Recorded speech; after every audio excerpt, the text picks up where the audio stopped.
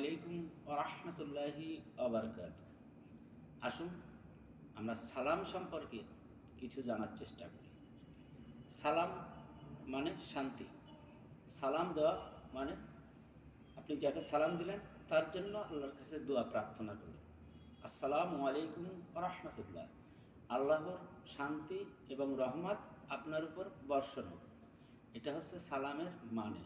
আর কেউ যদি সালামের উত্তর দেয় ওয়ালাইকুম আসসালাম ওয়া রাহমাতুল্লাহি ওয়া বারাকাতুহু, সেও উত্তর দিল আপনার উপরও আল্লাহর শান্তি এবং রহমত বর্ষণ হোক।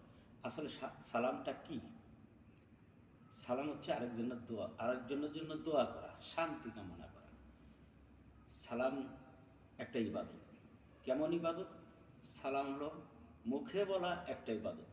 সালাম কোনো ঘাড় বেঁকায় না, মুখ নাড়ায়ও না, হাত দিয়ে ইশারা করেও সালাম হয় না। সালামটা আসলে আমরা ভালোভাবে জানার চেষ্টা করি। আসুন, সালাম হলো মুখে বলা একটা ইবাদত।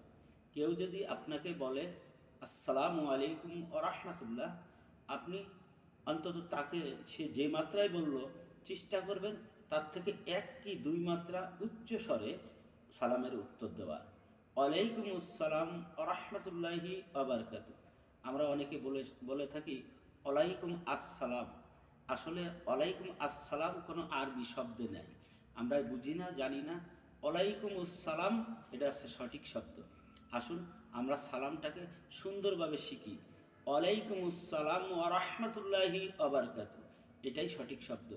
আপনি এ বিষয়ে আপনার পাশে নিকটস্থ যদি কোনো আলেম ওলামা থাকে তাদের কাছ থেকে জেনে নেবেন।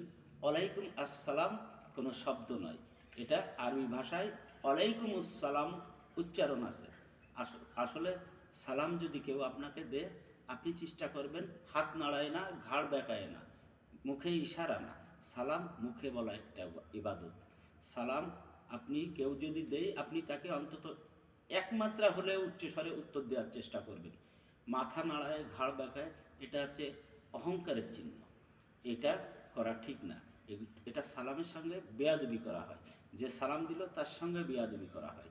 আসুন আমরা সালাম সম্পর্কে সঠিকটা জেনে বুঝে তারপরে সালাম বিনিময় করি। সবাই ভালো থাকবেন। আসসালামু আলাইকুম ওয়া রাহমাতুল্লাহি ওয়া বারাকাতুহু।